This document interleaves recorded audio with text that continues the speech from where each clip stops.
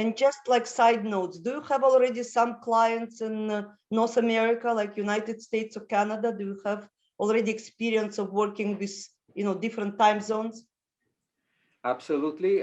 In my team, I have a couple of consultants that are in the US. Oh,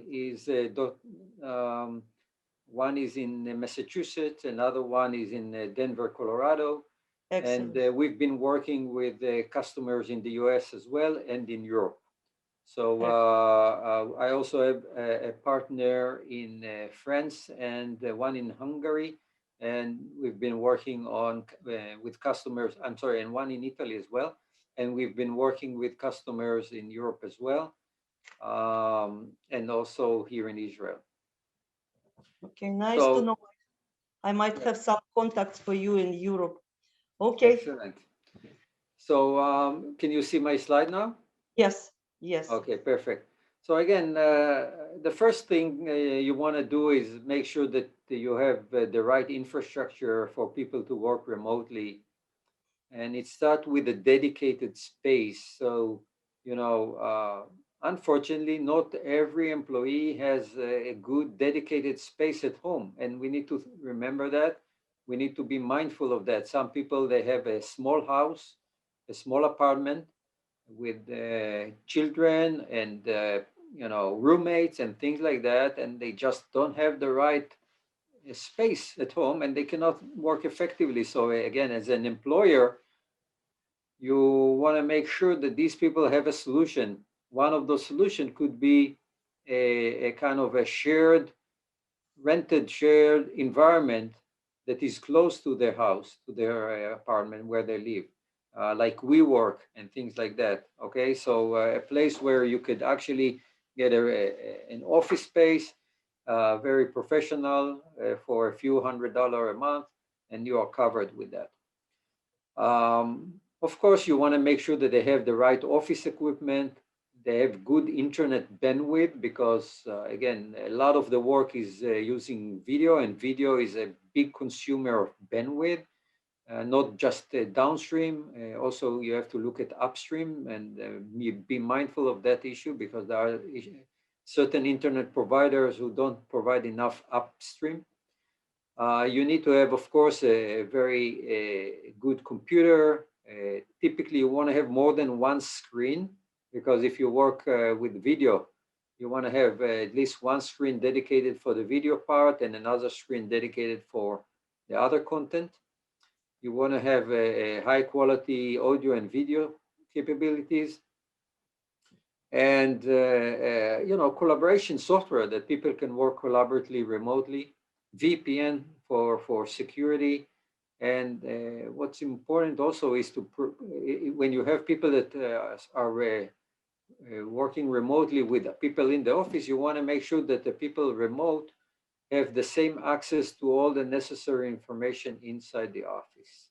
So what you're using, Slack? Like what collaboration software? What brands? Just Well, curious. there are many collaboration tools. You can use Slack, you can use the Microsoft Teams suite. There are quite a few WebEx based, etc. Oh, Cisco WebEx, and again, there's a Google suite that you can use, which is probably the cheapest one of all, and it's very good as well. So multiple tools that you could use to allow for people to use whiteboarding online and share documents online and jointly review documents, etc., etc. Um, Again, a key element I mentioned for remote work is positive leadership, and you want a leadership that is based on trust and encouragement of your employees, and giving them positive encouragement, which also gonna make the pygmalion effect. Pygmalion effect, that actually will positively affect their performance. I like this association, and actually it's very true. It's like close to life. Yes. Yeah, so again, a remote manager is no much different than a manager in the office, but a lot of time in the office they don't they get away without giving enough time for mentoring, for recognizing the employees, for setting expectations and setting goals and monitoring those. So these are important things that you want to work with on when you train your managers to be remote managers. The next part is establish a rule of engagement. Okay, this could be, it sounds like intuitive, but it may not be intuitive in many times. Yeah.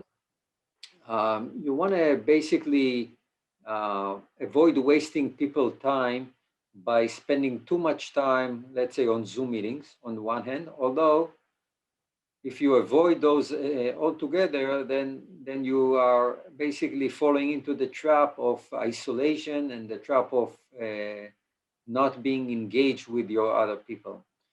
So a good thing to do is to find the right balance between video communications, audio communication, text communication.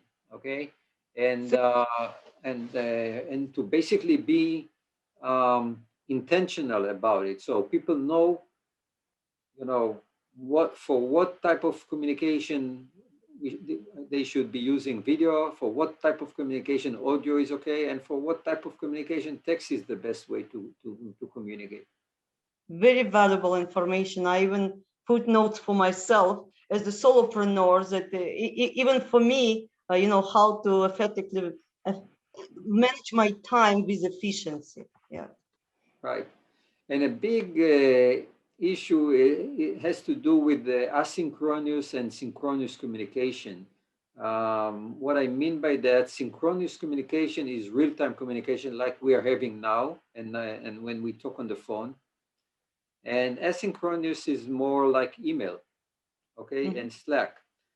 Slack is actually in between, because in Slack sometimes people treat it like chat and they respond immediately.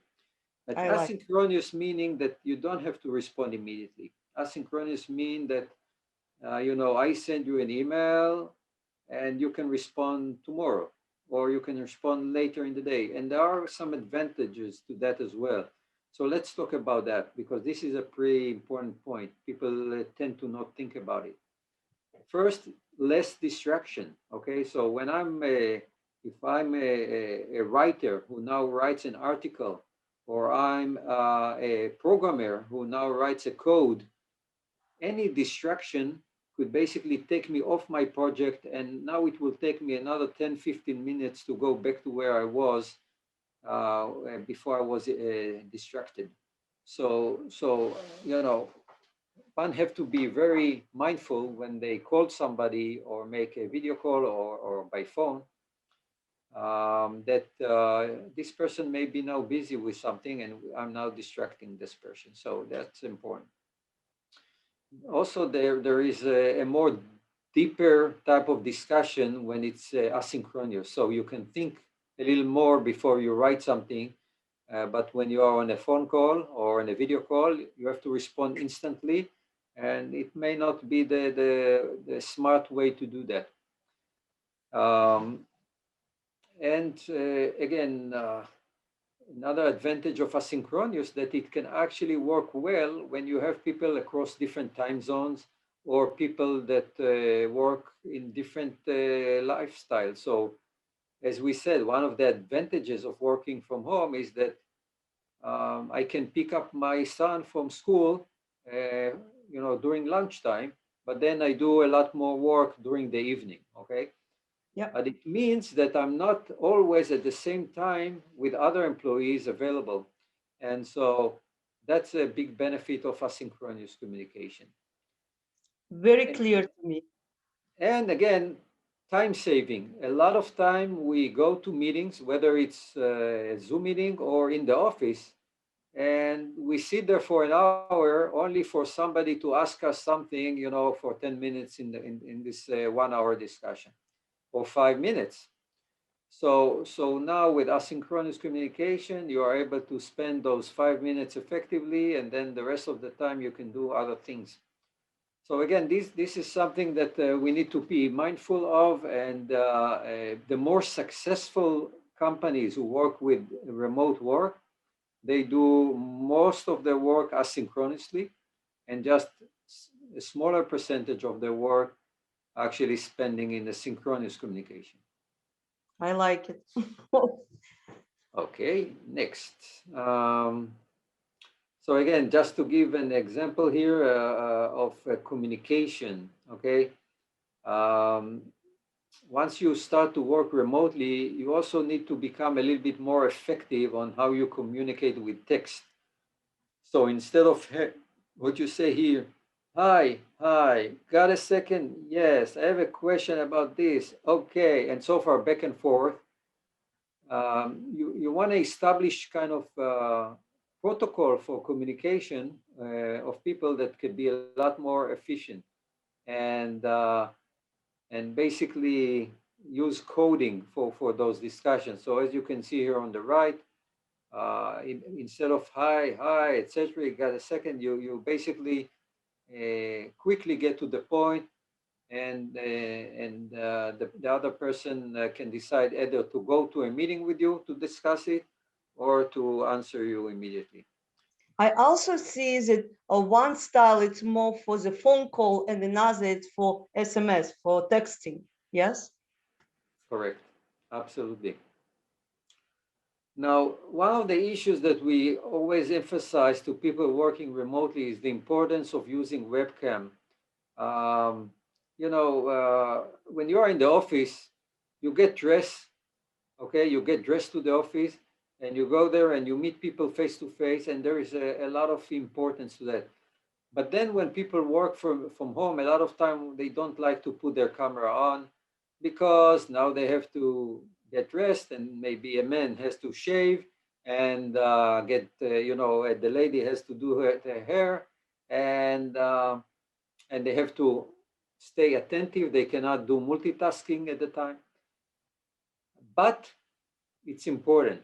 It's important because face to face has a lot of impact on understanding the other person beyond just the words. Okay, it's not just to see the person how they look. That's not the really key element, but really to see their facial expressions, to see that they are attentive, that they are interested in what you're saying, etc. These are important. So it's a kind of a tax that you want to pay to actually become more effective and more engaging. So actually, it's in Western society, it's very important to see eyes, to speak directly to the person. It's a professional code as well. And for customer service, it's very important to feel communication and trust vis-a-vis. Yeah. Absolutely.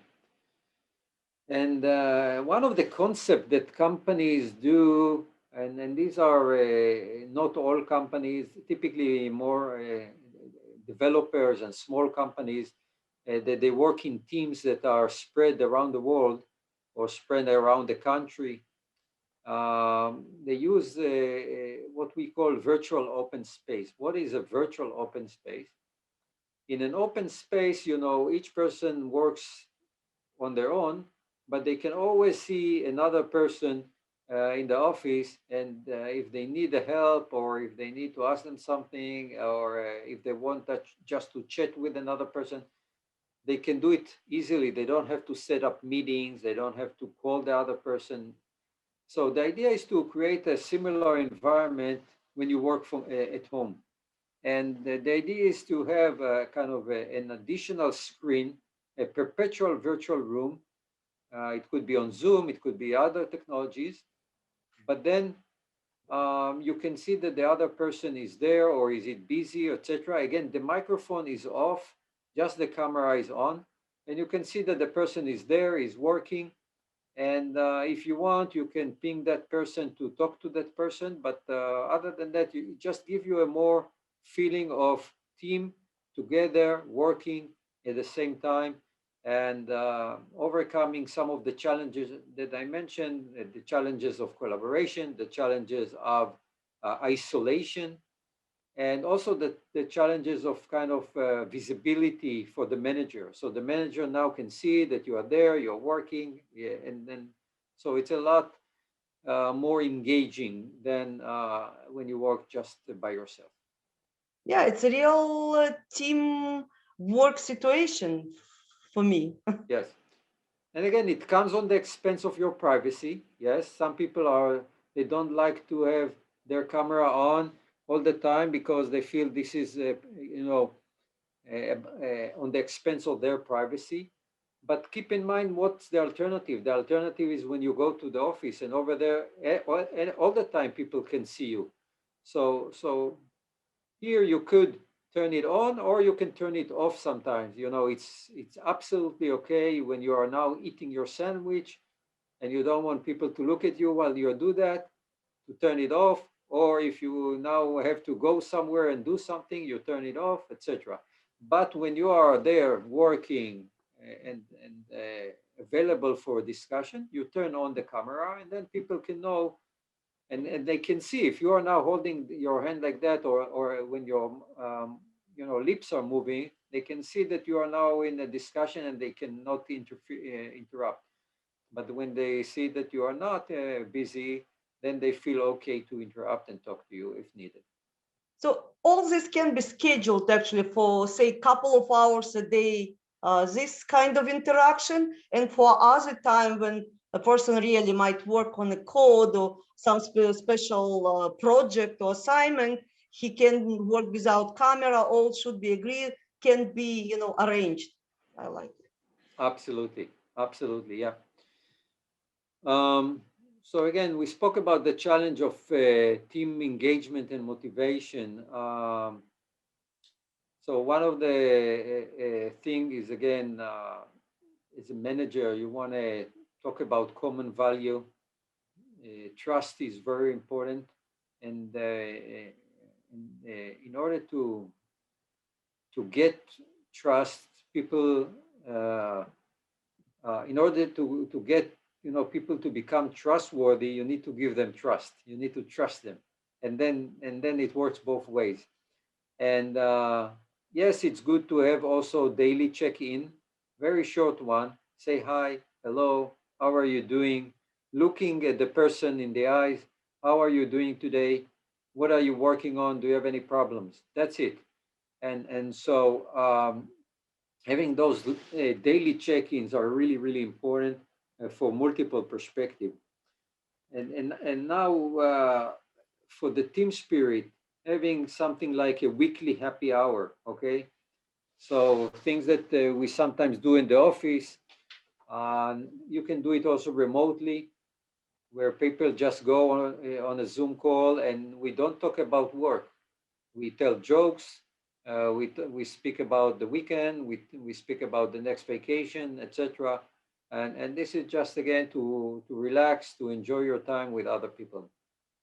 So from my side as an international lifestyle consultant, I really thought about this option, how to improve team spirit, team engagement, and what I would propose organization to have opportunity at least once a year to organize team building retreats slash workshop.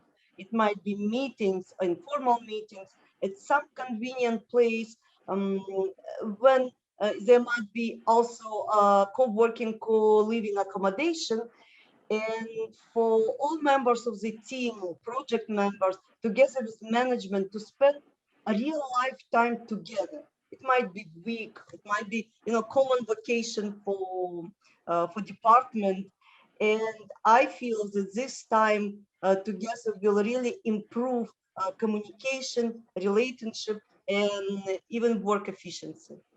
Absolutely. I'll get to a slide that actually talks about what you say exactly. Another thing is to prevent burnout. So you want to encourage your employee to avoid the overworking. Some employees, they, in order to prove that they work from home, they actually work very, very too many hours.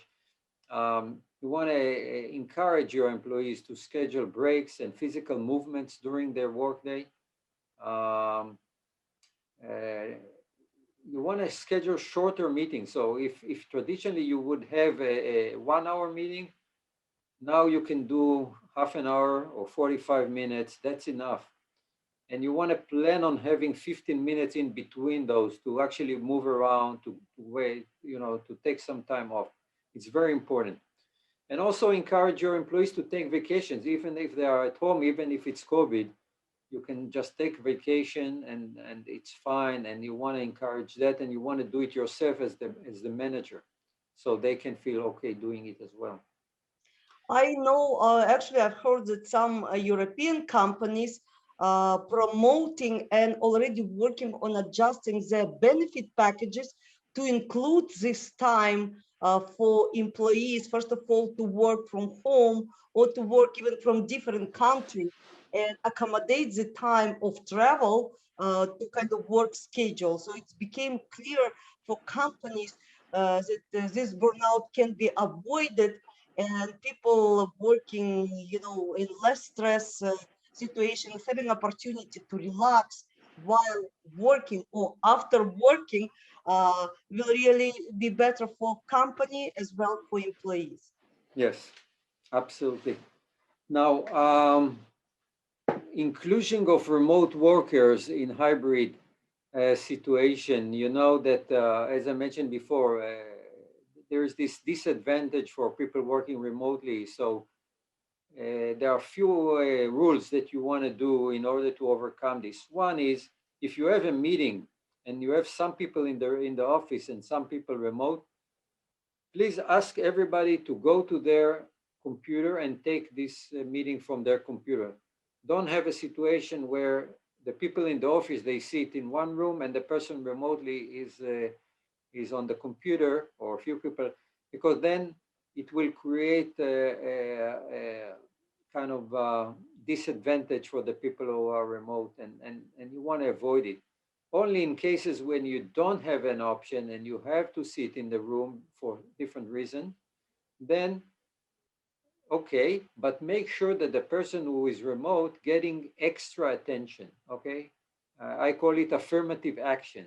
Okay, so this person is in a disadvantage, and I'm going to give that person more attention, making sure that they get ability to talk, get ability to understand what is going on. If somebody says something in the office, in the meeting room, make sure that the person remotely actually hears that and can respond to that, etc. Very important. Thank you for noting. And then you want to foster other social interaction, because one of the things in the when you work remotely, a lot of time you are in contact with the people that you work directly with, but you lose some of the interaction with the people that are outside that circle. Okay, so in the office, you go to the cafeteria and you get to meet somebody from the finance department. But when you are at home, you want to meet that person. So you want to create that type of opportunities also for remote workers. And some of the idea is virtual water cooler or virtual cafeteria, for example. This is like a room that people can come in, a virtual room that people can come in and see who's there and say hi and just chit chat and talk and meet different people. You can also have rooms that are based on certain social interest. So, for example, you build a room. Let's say every Wednesday at 9 o'clock we talk about sport. Every Thursday at 1 o'clock there is a room about music, etc. And so people who are interested in sport or in music, etc., can go to these rooms and talk with other people. Again, this is something that we found to be effective with companies. I can tell you that from my personal experience, I'm participating already for several months on virtual Scotch Sunday, where we meet actually on a Sunday evening in the like to be pub or Irish pub situation, when everyone can drink whatever like he wish, but we have specific topics every Sunday to discuss. And by the way, participating people from different countries, from different time zone, just to be convenient, obviously, to conversation. And it's really helped to make us close to each other. We are professionals from different backgrounds, but what I can tell you, it works. It really works. Yes, excellent. And again, now to the point that you mentioned, you want to plan occasional in-person, face-to-face events where people can meet, can actually see each other, can get engagement to a level that they could not really get remotely. It's very important to have that whenever possible. If you are all located in the same area, maybe do it every week, once a week. If you are a little farther, maybe once a month or once a quarter. And maybe if it's global organization, make sure that at least once or twice a year, everybody gets to the same place and they meet and they talk, and we have actual team building activities and connection ideas. And I can help from this side by advising on retreat places, which might be convenient and not expensive for company, but have a big effect for productivity and for well-being. Absolutely important. I think we mentioned that before. It's very important for the manager to listen to their employees and concerns, to empathize with their struggle, to offer help, and to actually do something about it. This is very important. And sometimes just a little note of recognition to appreciate a remote person whom, typically, it's hard to see and notice. This little note of appreciation is really, really important and can go a long way. Excellent. So setting boundaries, okay? So first you want to make sure that you have your workspace physically separated from the family, separated from other people in the room. And again, make it clear, this is my workplace and nobody comes in there. So that's from a workspace perspective. And there's also the time perspective. So, make sure that people in the house, they know what hours in the day you are at work, what hours in the day you are with them, and be very firm about it. Don't try to work while you are in lunch, and don't allow kids to come in while you're working. It has to be very clear. Now, mommy is at work. Just as if I was in the office, the same idea.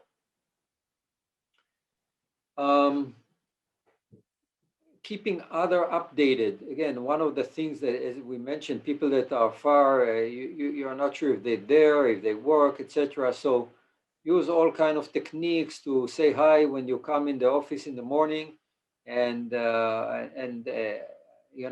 update the people if you are off for lunch or off for a doctor appointment and things like that. So they know exactly when you are available and not, and when you're working or not. I know it could be a little bit annoying to some people, but it's very important. It's part of professional conduct at workplace. Absolutely, absolutely. Again, otherwise people lose the confidence that you are there, that you're actually active and working, and you can do a lot of great job, but people don't appreciate it. And so keeping this communication and updates is important. This one I will just skip. How to run effective, that I will skip. Just basic things related to image with video. You want to make sure that you have your lighting on your face and not on your back. Certainly don't have sunlight on your back, that coming from the back. This is always not good. And certain elements related to your position, your layout, etc. These are things that you could find online, a lot of information on how to do that effectively. It's small details, but it's very important. It's very important to consider, and it really helps to effective communication. Yes. Okay, so that's all I wanted to share on this short session with you, Emily. It was my pleasure. And I'd like to thank you for that. I will stop the sharing. Thanks a lot. Thanks to you more. And I was enlightened on some aspects. Even I was following and reading, many different articles and was participating in different conversation from different kind of sides of the aisle. I found it very like thorough and like all picture, like different pieces of puzzle together in one picture. It's actually what organization need, like analysis of situation and practical suggestion, advices, what should be done, how it can be improved. And I believe in future of remote work. It's actually not future, it's our reality now, and it will be growing starting forward. And I wish you the best, and I believe that consultation from your side, Remote Work Institute, or webinars, or all type of services you can provide would be really valuable for many organizations. And I'm really happy and thank you for opportunity to have this meeting today. Thank you so much. Thank you. It was a pleasure to do that with you, and I look forward to working with you again. All the best from Toronto, and my best wishes to Israel. Thank Bye. you. Thank you so much. Bye-bye.